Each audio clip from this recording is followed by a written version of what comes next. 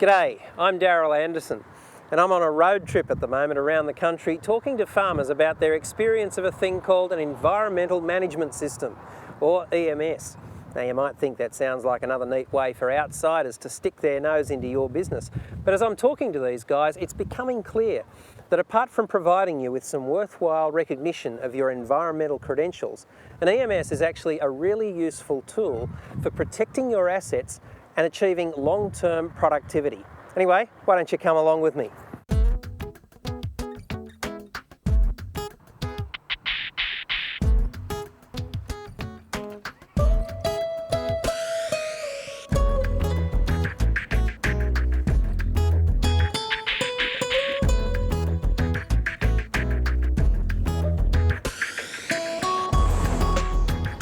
An EMS is actually a whole farm management system to manage your impact on the environment and the environment's impact on your enterprise. There's a series of steps to establishing one of these systems for your farm using the international standard of ISO 14001. On this trip, we'll be meeting some farmers who've been going through the EMS process. We've got grain and cattle farmers, a group of wool growers, a producer of therapeutic oils, a citrus grower, a banana grower, a poultry producer, even a prawn farmer. They'll be telling us what's involved and what sort of benefits they've gotten from their EMS. And hopefully through the experience of at least one of these people, you'll be able to see parallels and opportunities for your own enterprise.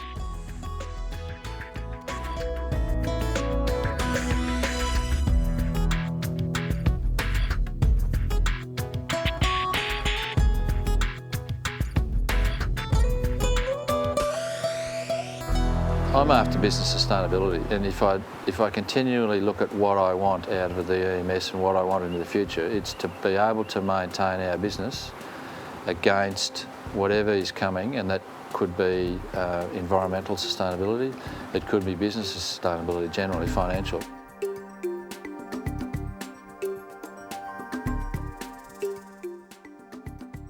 I felt that EMS was a good way of implementing some land care procedures into the farm, but also making it a total farm management system so that profitability remained in the fore, and generally to improve my farming systems.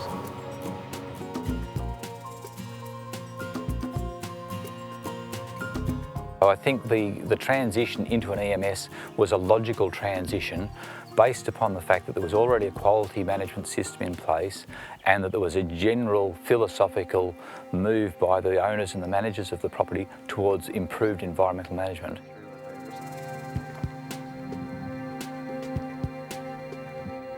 We don't want to be just farming citrus off the farm this year or this decade. We hope to be in 50 years to be able to be doing the same thing with possibly a better resource base than we have now.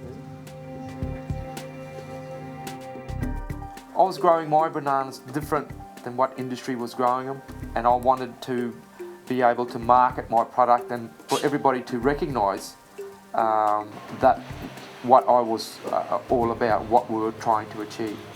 I phoned Standards Australia to find out if there was some sort of guide, and that was when I found out that there was already a standard available, ISO 14000, that was internationally recognised, so we saw that as a perfect structure or documentation system for us to use as a management tool.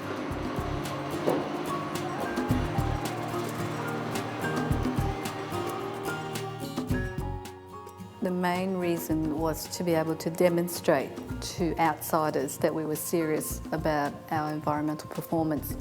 We faced a rather aggressive media campaign by certain lobby groups, and it was very frustrating because the opposite was in fact true, that we were so committed to environmental improvements, and we as a farm had spent so much money on that area. But because we weren't out there selling that fact, we in fact couldn't prove to people that we were doing what we said we were doing.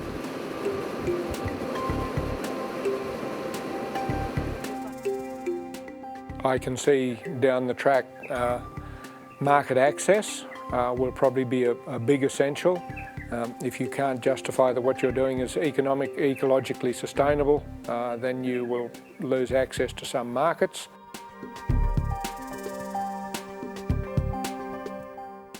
We we're not doing our environmental management particularly well. We were not doing it systematically. It was in response to whatever crisis would arise at that time. We then addressed it as best we could. We wanted to be more proactive. We wanted to be more systematic about the way we manage the environment and work on prevention, not addressing the fires whenever they happened. For farmer-driven organisations such as Gips Beef in southeast Victoria and the Minganyu Irwin Group in WA, a group approach to EMS can save time and money and become an effective tool not only for farm management but for overall management of the brand. We've developed our brand Gippsland Natural, where we're promoting grass-fed beef that's underpinned by Meat Standards Australia and Cattle Care. It's quality assured, it's tender beef. But we wanted to be able to substantiate our claims that it's natural, that it's green. And we saw an opportunity when MLA was looking at developing their pilot program for environmental management system to be involved in developing something that might be useful for our group.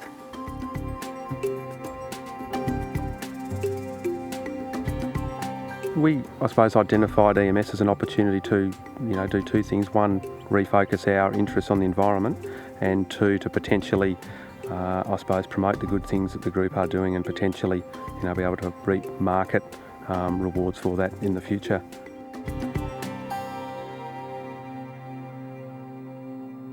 The principle of continual improvement is the basis of any EMS, and so it's helpful to think of the process not so much as a straight line from start to finish, but as a four-step cycle of plan, do, check and act.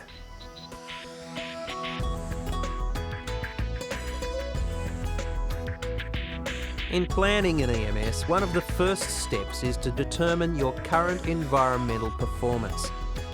There are some guidelines available to help farmers identify production and environmental management risks associated with their business and to look at issues such as compliance with legal requirements, industry codes of practice and catchment management plans. Your own experience and knowledge of your farm and the area are often the most valuable starting point. Basically, the first step was to try and get people together, to get people that knew about the farm, that knew about different aspects of our farming system, and having a brainstorming session, sharing ideas, sharing thoughts on what our environmental impacts are, and how we might sort of deal with them, or how we might sort of even rate them. You don't have to be Einstein to sort of say, look, I've got a dryland salinity problem, therefore it should be a major issue. Other major issues, environmental issues we dealt with are floodplain management, soil erosion, the production type issues, nutrient balances, water balances, trying to increase the water use, grow more green grass, grow more grain, all those types of stuff. So as I said, it's all in the background of most farmers' mind. What we had to do was formalise it though through the EMS. We access our water from Moreton Bay, and that's obviously a very sensitive area. It's a fish habitat and a marine park, and rightfully so the community expects that we're going to look after that resource very well. And so water is one of the key elements of our environmental management plans, but we also actually have air and we have noise, and they're all specifically dealt with in each of the action plans. The issues that we've built into the EMS are based around wind erosion on our sandy soils, salinity, so water use, water logging and salinity itself. We have some pretty significant problems with remnant vegetation, decline, stream bank erosion. Every farmer is subject to the law, with or without an EMS. Vegetation, soil, water, storage and handling of dangerous goods, all those things are covered by different bits of legislation. Your EMS just builds in procedures to keep track of all those legal obligations. So it's a continual process of checking, of reviewing legal requirements. They are constantly changing. Society's view on how the environment should be treated is constantly changing, therefore policy is changing. So we have to be on our toes as far as making sure that we're satisfying our obligations as far as the law goes.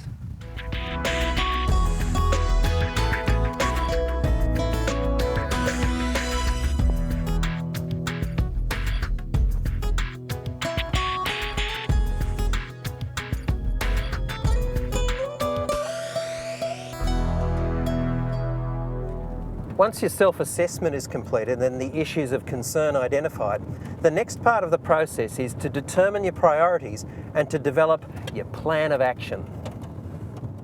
We went through a matrix, I suppose, where we tried to rank the actions that we needed to look at, and they were on a range of criteria. One was obviously, was it a legal requirement? That scored very highly, down to not a legal requirement at all. And then we started to think, well, in the context of the farm, does it happen every day, or is it likely to happen only once every 10 years? Again, we weighted against that.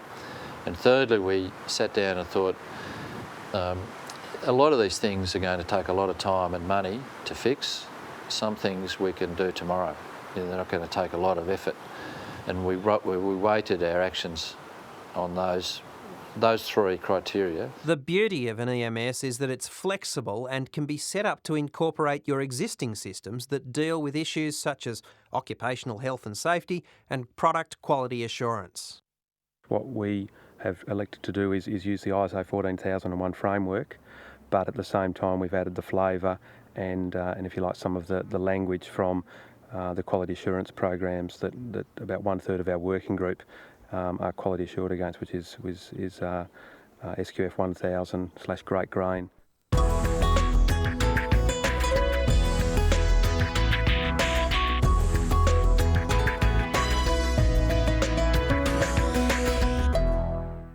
After the planning comes the doing. That is, getting the human, the physical and the financial resources in place to achieve the overall goals of your business. ISO 14001 is not a prescription. It's a series of steps that describe a process. It's a bit like baking a cake. The steps are pretty much the same each time you do it, but whether it comes out as a hazelnut torte or a lemon meringue pie depends on the ingredients. Your farm is unique, so how you tackle the issues on your to-do list depends on your aims and your resources. We fixed our chemical storage, we fixed all our occupational health and safety requirements to do with chemical storage and handling. Those things fell out fairly easily. We had other activities which actually appeared, such as a drought management plan, and we're in a fairly severe drought at the moment. So we'd preempted, I suppose, how we would manage drought. Now that fell out of our priorities and actions. At Abbotsleigh, specific actions arise from the fact that they have long frontage to one of Queensland's most important rivers, the Burnett.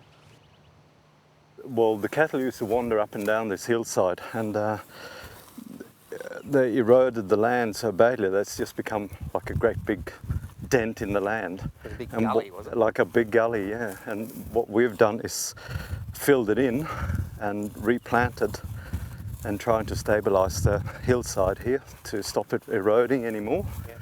And we've planted the native trees of the area, yep, and they are helping to stabilise the land again. The key things that we were focusing on were the soil and water. We felt with the Great Barrier Reef being so close to our coastline, us being so close to that coastline, that the runoff of nitrate was the critical thing for us as a banana farmer. So that was something that Frank had been working on reducing for some time. You know, what we've done is try to get that runoff into paddocks where a lot of sediment will fall out before it goes into any river system. The main issues we've tackled at the do stage at Biota have been fire prevention. There's a huge risk of electrical fire in the building, so we've addressed that. We've looked at better stormwater management on the site. We've looked at improving our wastewater management and irrigation systems here, and we've also worked with a local wildlife park to plant some trees to feed their koalas. The do step also involves establishing roles and responsibilities of all those involved in the environmental management of the farm. When any new employee comes on the farm, they're given an overview of our environmental management system. They're given an overview of their task, obviously, and the environmental obligations or responsibilities they might have in carrying out their tasks.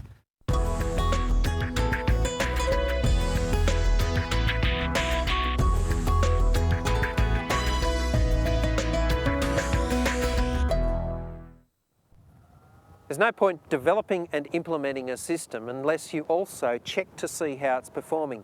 You might as well go skiing in a blizzard. You'll know you're moving, but you won't have a clue where you're going. This check stage of the EMS deals with monitoring and measuring your EMS's performance, record keeping, auditing and certification. The things that we monitor are business performance, financial performance. We monitor our environmental performance, so our water tables, our environmental assets of native species, native birds, native animals. We monitor our soil responses. We monitor the condition of the soil, the moisture in the soil. As well as nitrogen, we also test for pH, temperature, for salinity, phosphorus.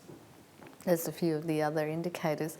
It gives the farmer an overall picture of what's happening in that pond on a day-to-day basis so that they can act on it. And that has, as well as economic impact and environmental impact as well. Here at Abbottsley Citrus, wastewater from the pack shed is fed to this dam via a septic system to remove any residues. Regular analysis of mussels which grow at the bottom of the dam monitors if any residues have got through the system.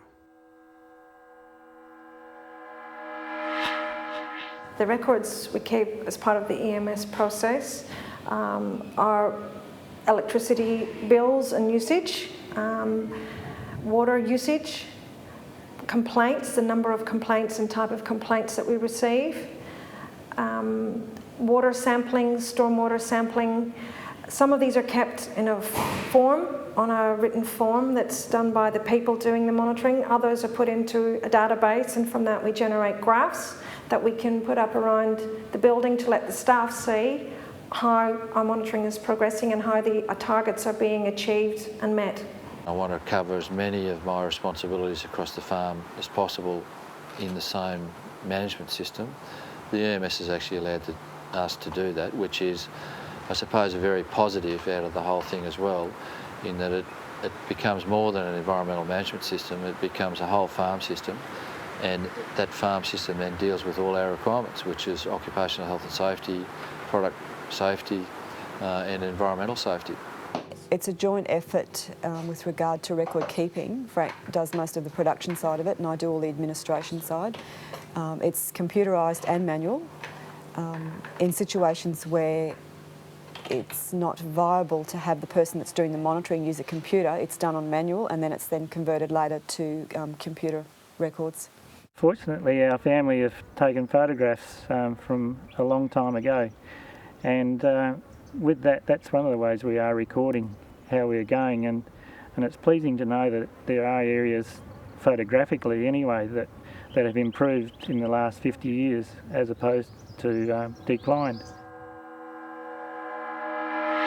An audit is essentially a way of determining whether the EMS has met your own expectations and, if certification is your aim, the requirements of the ISO 14001.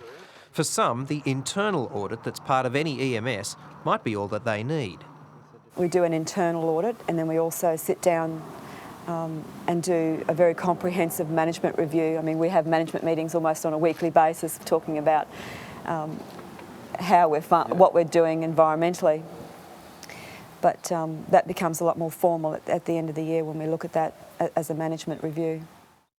Others, for various reasons, will decide to engage an external auditor. This auditor will work on systems and processes which you establish and compare these to the standard. It's looking at their systems and their procedures and I guess in a nutshell to see if they are complying with what they say they're doing, but also seeing that they're meeting the requirements of the standard. It's about continuous improvement, so they're not so focused as some of the other auditing systems are on things that are relatively irrelevant. So I've actually been very pleasantly surprised with that process, and it actually certainly has helped us in developing the system, and it's been very important for us too because we want to maintain the system ourselves. So we've learnt enormously from Noel, and it's been a very valuable process. Basically, once the system is running, so long as you keep it running and keep it well maintained, there's no real problem with an audit. In some cases, it's possible, using a systems approach, to combine various types of audits into just the one. When they came and audited, they were obviously like looking at a certain section of the farm, like spraying. And within that, there was food safety considerations, there's quality considerations, environmental considerations. And I think that worked quite well because they weren't auditing things in isolation. They weren't auditing the three systems in isolation. It was all, this is spraying, this is what we should be doing, whether it's quality, environment or food safety. Let's look at the whole thing and see how it's working as a whole. Using an EMS based on ISO 14001 doesn't mean you have to have certification audits or achieve certification. We probably won't maintain ISO certification. We hope to be recommended for certification and are going to base our system on the ISO, but we'll be maintaining it ourselves. If we ever did decide to go towards certification, like if we go export and we can see that there's going to be benefits to have that ISO certification, we can then easily do that. However, if certification is your goal, then you'll need to apply to an accredited independent auditor who can take you through the process, either individually or as a group.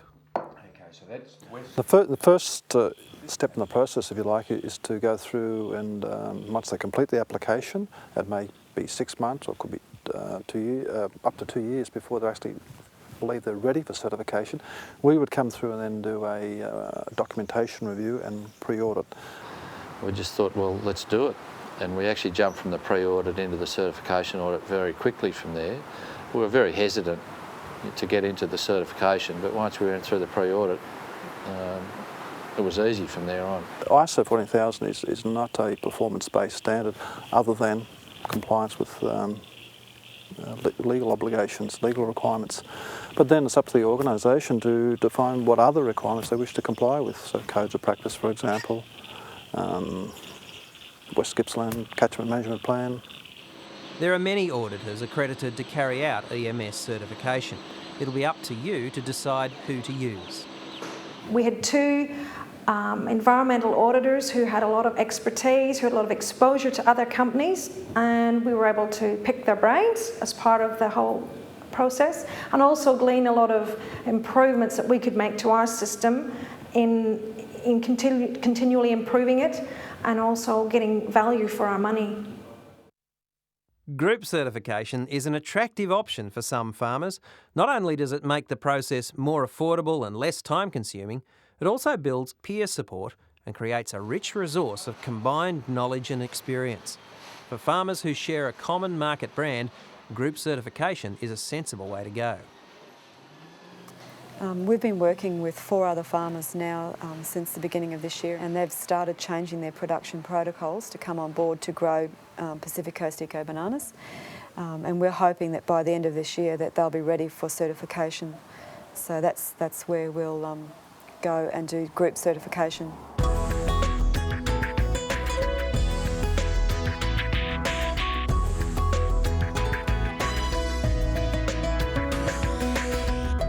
Once you get to the ACT stage, you should be starting to get a pretty clear idea of which bits of your EMS are working really well and which could do with a little fine-tuning. With the experience and the information that you've gathered from your monitoring and checking procedures, you've now got the tools to start making those improvements and adjustments.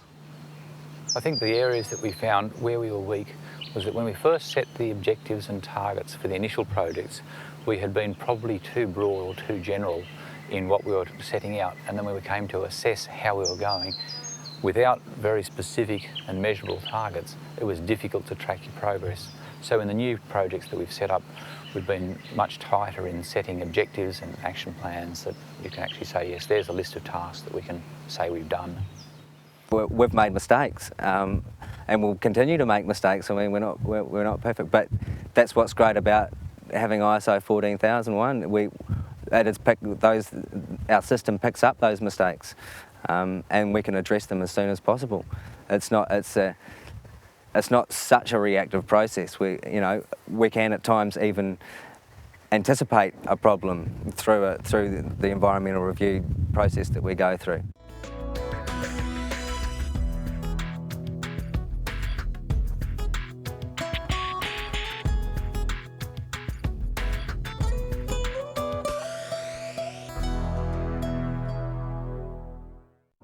So there you have it, the 4 basic steps to setting up any EMS. Plan, do, check, act. Now you might be feeling a bit daunted by the prospect of starting your own EMS, but don't worry, that's natural. A lot of the farmers we've been speaking to, in fact, had reservations at the beginning. If I had a fear, it was putting something down on paper that I couldn't achieve. The main thing is to have on your EMS realistic goals that you can achieve, which we believe we've done. I think everything on our document is attainable. The fears I had with EMS for a start was that you'd be opening up a can of worms and you're exposing yourself to scrutiny enormously. You learn a lot about some of the things you're doing that aren't as good as they could be, and you also realise that you're not doing a bad job on maybe 80% of what you do. You're probably doing pretty well. Firstly, whether a standard such as ISO 14001 was applicable to a scale of ours, with one operator and one permanent employee, and I suppose the perceived onerous activities of record keeping, ramped up compliance, ramped up issues of legislation, all those type of, I suppose they were fears because they were unknowns.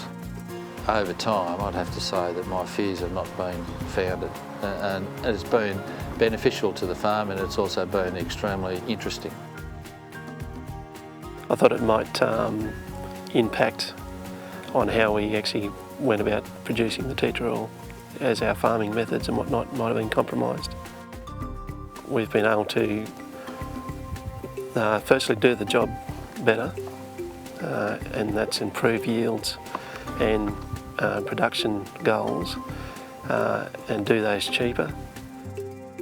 I guess our biggest fears when we first embarked on the environmental management plan was the cost and the time factor. I feel that any money that we've spent as a direct result of implementing an ISO 14000 has benefited our business, and the extra time that we spend in documenting has certainly rewarded us with knowledge. So you see that despite their various initial concerns, all of these farmers elected to go ahead with an EMS and discovered along the way that their initial fears were either unfounded or fairly easily addressed. And the benefits they've reaped have been considerable. It forces us in that systematic way to address the elements of land, soil, the air, the water, energy use, recycling, IPM, biodiversity. It forces us to assess them in a very systematic way, and that helps us to improve our environmental outcomes. And because of the plan, do, check and act routine, we are continually tweaking the process so that we're getting better and better outcomes. As a group, environmentally, we can fix up or get in place a lot of environmentally correct things for the whole catchment, not just one property. Some of our members aren't as organised as they might be with their office management, their recording management, and even just with business planning. So it provides a framework for them to work within, to look at their businesses and to take a more environmental focus. It also gives me the opportunity to put a document in front of my son or my daughters if they want to come back and say this is what we're trying to achieve, or any future employee saying this is how we want to handle the environment on our farm. Our savings have well and truly, probably we've saved twice as much as what we have spent down the track, 3 years down the track.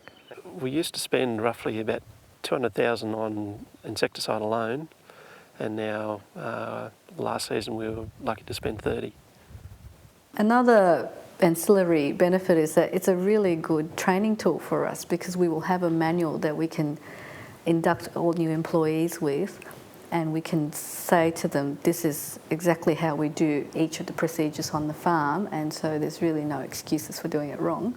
I can't put the EMS, the standard, directly on our product, but I can put the story behind when we put our meat in the supermarket. I'd like to be able to put our story, and the whole story encompasses nature conservation, all the way down to production issues and even, I suppose, family type issues and cultural issues that we face on the farm. I don't think we should confuse that the EMS, once you have an EMS certification or once you say you have an environmental management plan, that the job's finished. That is not the case. You've just started, and all the on-roads come from that environmental management plan. So, you know, the eco products and all the reduction in chemicals, and all the goodies that come off it, and to help you to be a better farmer. The great thing about having a structured EMS program we've found is that because we have a set outcome, we're finding it a lot more satisfying because we're looking for the results and seeing them and seeing our whole system get healthier as the years go by. The staff have regular updates on what we're doing, and it's really good that we can use the examples of what we've done on site for them to see a serious commitment and demonstration by the company that they do want to be better environmental managers. And also for people like the wildlife park and our neighbours, they can also see improvements in the way we're managing the situation here, and that our impact in them has reduced over time. That this farm should, in the future, be able to continue to increase its production, produce better, more fruit, and at the same time manage the environment in such a way that we're actually improving it. Being realistic, no EMS, no matter how well planned, is going to run like clockwork. That's just the nature of farming though, full of unpredictables. But the most important thing is to make a start. You don't have to get everything right at once, but if you don't make a start, you'll never get anywhere.